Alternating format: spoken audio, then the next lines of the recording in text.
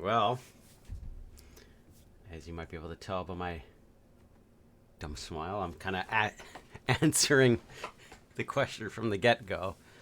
So, today was the big day. So, was I able to get a Oculus Quest 2 on release day? Yes. Yes, I was. And so, does this mean now I can finally move ahead with the Go Play Outside um, project, the nonprofit? Yes, it does mean. That was the biggest factor holding things up. So, if that's all you really needed to know, did I get the quest? Are we good for whatchamacallit? Go Play Outside? You're good. You can end the video. You're solid.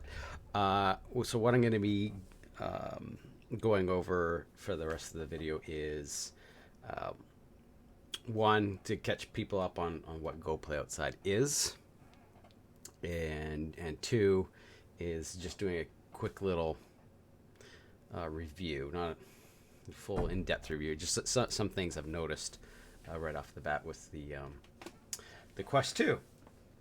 Mostly good. So first of all, Go Play Outside was a nonprofit I set up about a year ago. And the goal of that is to get VR into hospitals in a meaningful sense, and to ultimately pass what I call the mom test. So right now in my local area, there has been some limited deployment of VR in hospitals, but right now it was just those like Google Cardboard type of things, where you get like a headset for $20 on Amazon or Walmart, and you put a phone in there. And it was just being used to distract kids if they needed to get a shot. And it, yeah, nothing fancy. So I wanted to have a much more social experience for kids of social age, in their preteens and in their early teens. So it took a while to narrow down a specific headset, because it had to hit a number of checks. So one, I found it really quick, not only with my narrow eyes, but as I was using my my nephews for guinea pigs, is you need an adjustable IPD. The Rift S had multiple negatives. So it didn't have an adjustable IPD, and the IPD was set like 64 or something like that, and it could do software adjustments, but they was not really meaning anything. The other thing that was killer in a negative sense, for the Rift S was it had DisplayPort, and that was going to be a no-go, because I had to have, in order to pass the mom test, I needed to have a laptop that this would plug into. So even if I went with the Quest, I still needed a screen for the Quest to broadcast to, so the parents could see what's going on. Because when I say passing the mom test, right now VR still has a bit of a bad image as just a gaming product. And then when you think of gaming, often it's just violent video games and moms yelling at their kids, "Stop that! Go play outside!" That's where that came from.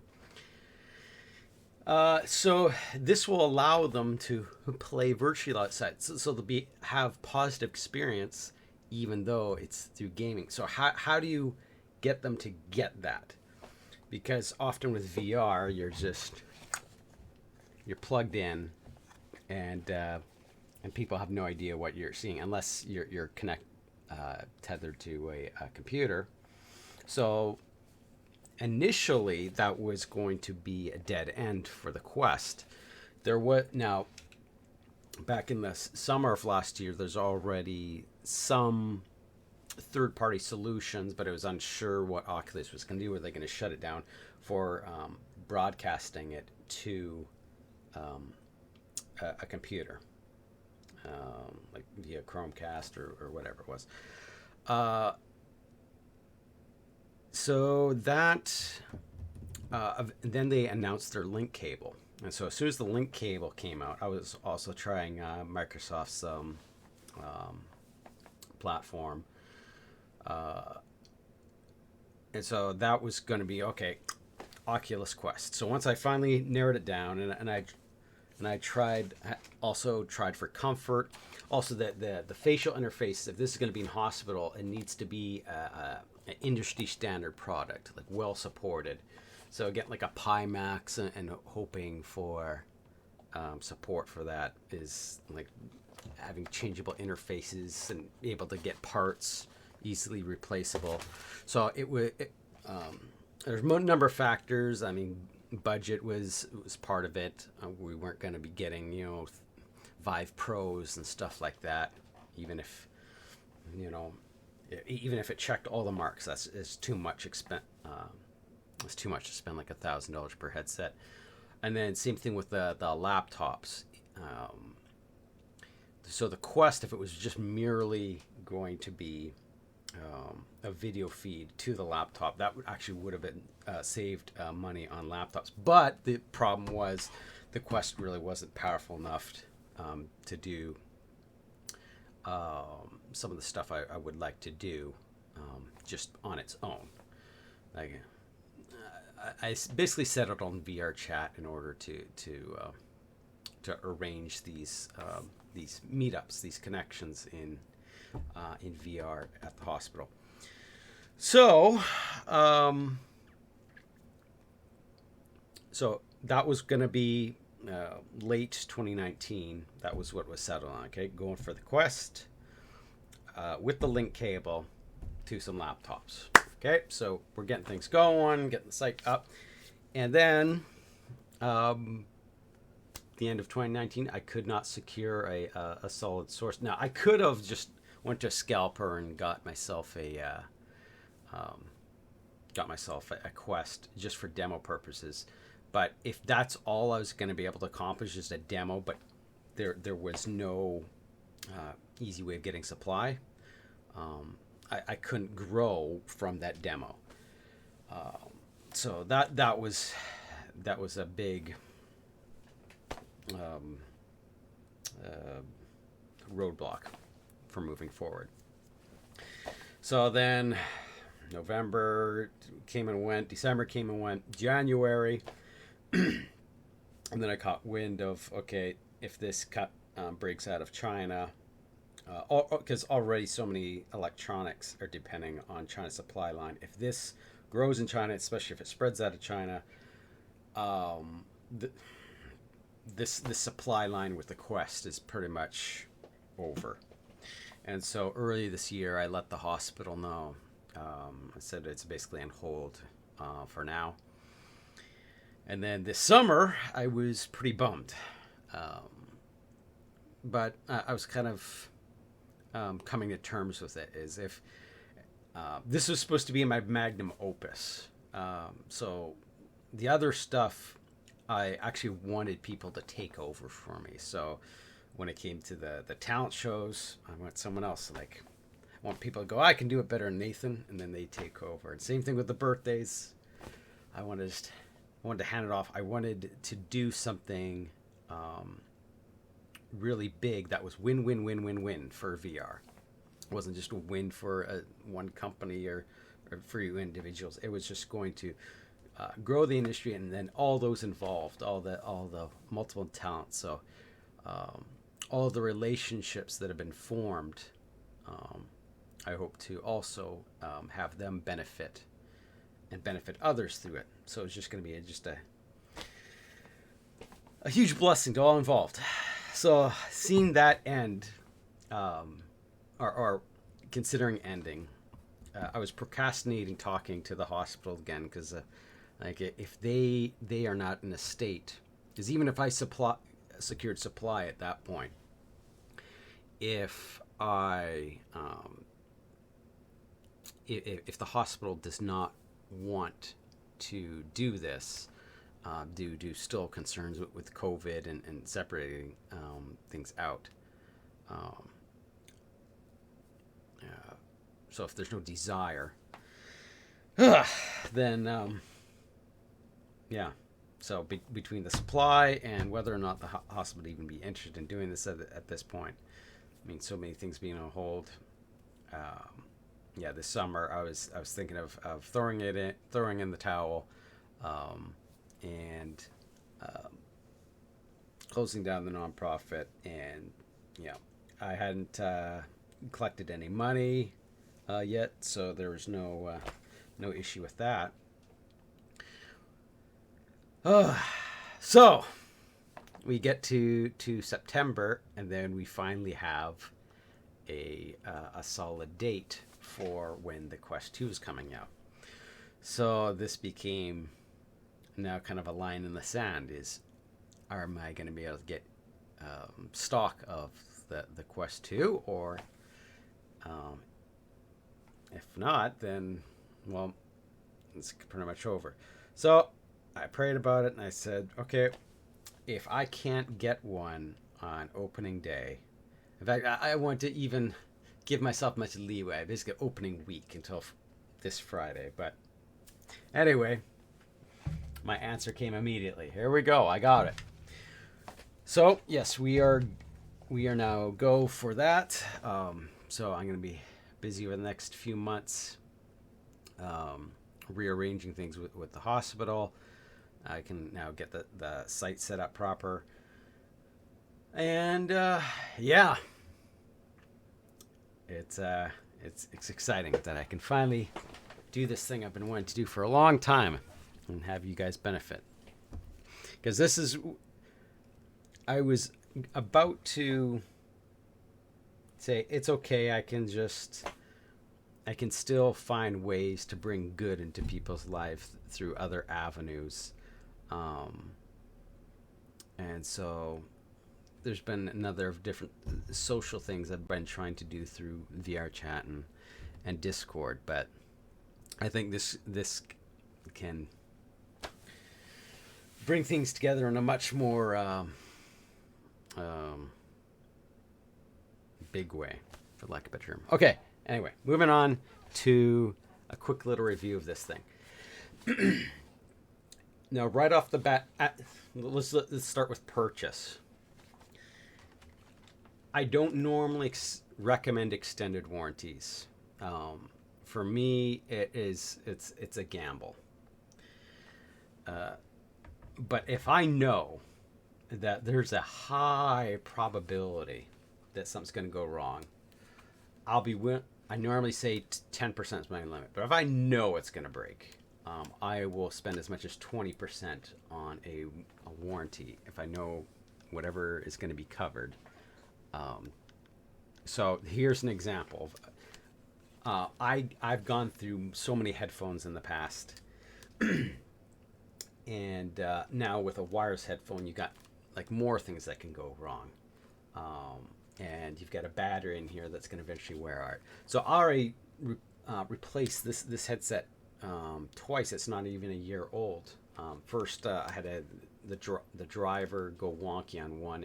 The stereo separation was all weird, so I replaced it, and then that worked fine for about 5 months. But then the battery, it wouldn't even last an hour on a charge, and I'm not sure if it was due to it being on a quick charge or whatever, but got replaced again.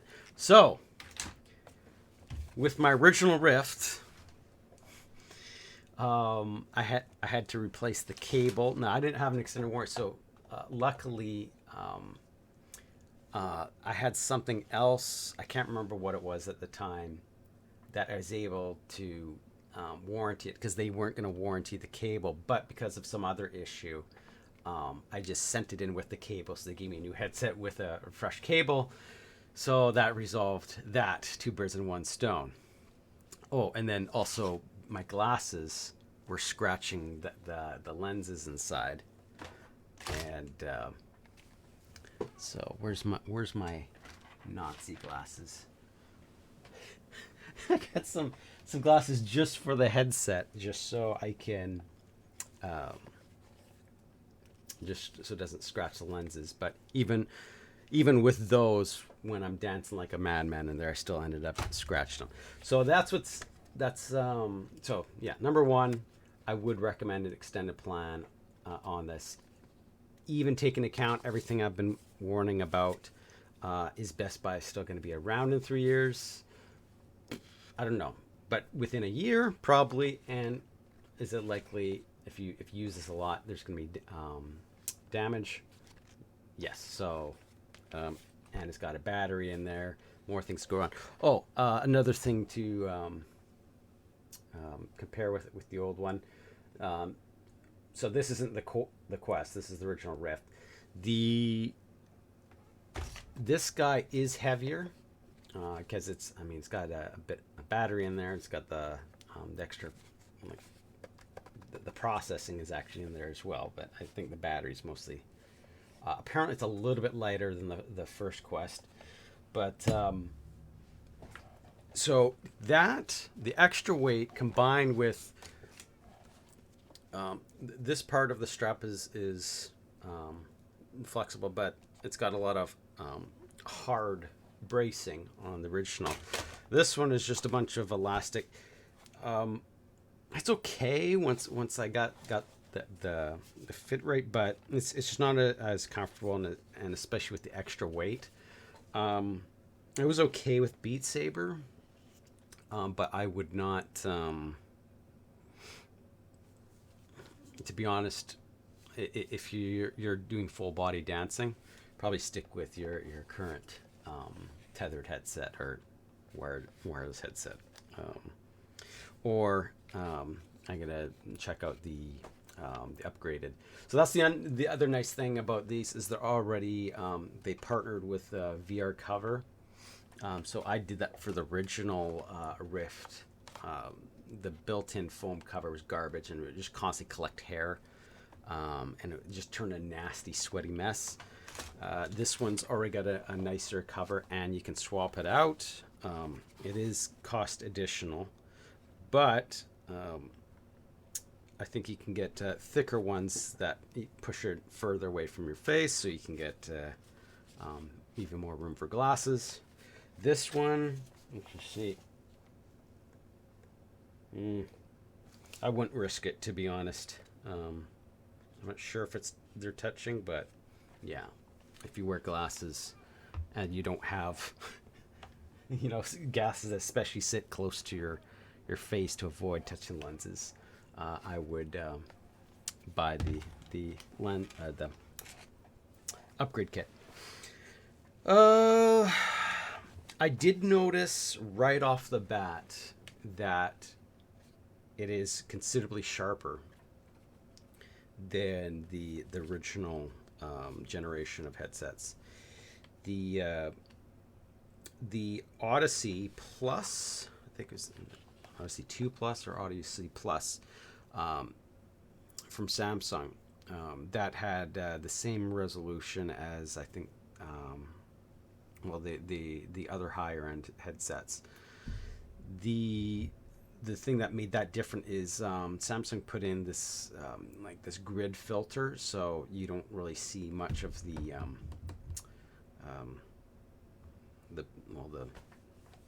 pixel grid as much. But that one, even though it had an IPD adjustment, it can only go on down to about 60-ish. In fact, I think it technically goes down to 59 or maybe even 50, but the lowest I could get is about 59. And even though it had considerably higher resolution than the original Rift, I could, for me, it was blurrier and not as clear because I couldn't get the IPD dialed in. This guy, and just like the original Rift, you can go down to 58. It goes in steps of 3 rather than just like a linear stepping, but the lowest setting is 58, which is perfect for me. So, and it's, I think, the highest resolution headset you can get right now outside of the Pimax 8K. So it's sharp. I can still make out some pixelization, but it's really, really sharp. Very nice headset. I haven't tried tethered mode yet. And doing VR chat, I still can't go into a lot of the worlds, and a lot of the avatars are just in dumbed down mode. But in terms of what I am doing when I see the avatars, it's smooth, good frame rate. I don't see like a bunch of like, you can tell when it's frame doubling. I'm not really seeing. So the new Quest 2 has got, I think, the equivalent of the 875 Snapdragon. So it's the CX2 or whatever it is. So it's their the Snapdragon dedicated for these kind of devices. So it's even a little bit higher performance than what you'll get in the phone. Now, I start off mentioning Beat Saber. I'm gonna need to refund it on the unit. I don't need to have this like this anymore. I'm gonna refund it for this. Believe it or not, I finally just bought Beat Saber.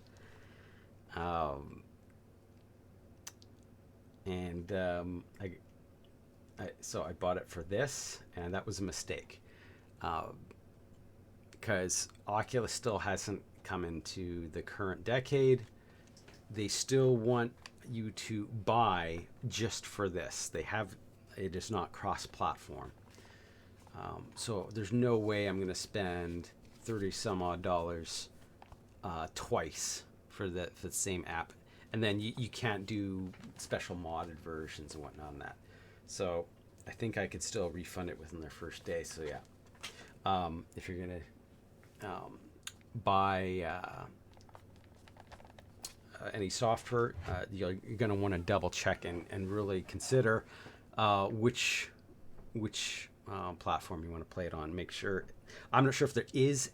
Again, I just got today, so I'm not sure if there is cross-compatible software yet. But keep an eye out for that if you decide to pick one of these up. What I'm now looking for a laptop to tether this up before I demo this at the hospital is the minimum spec you're going to want. Well,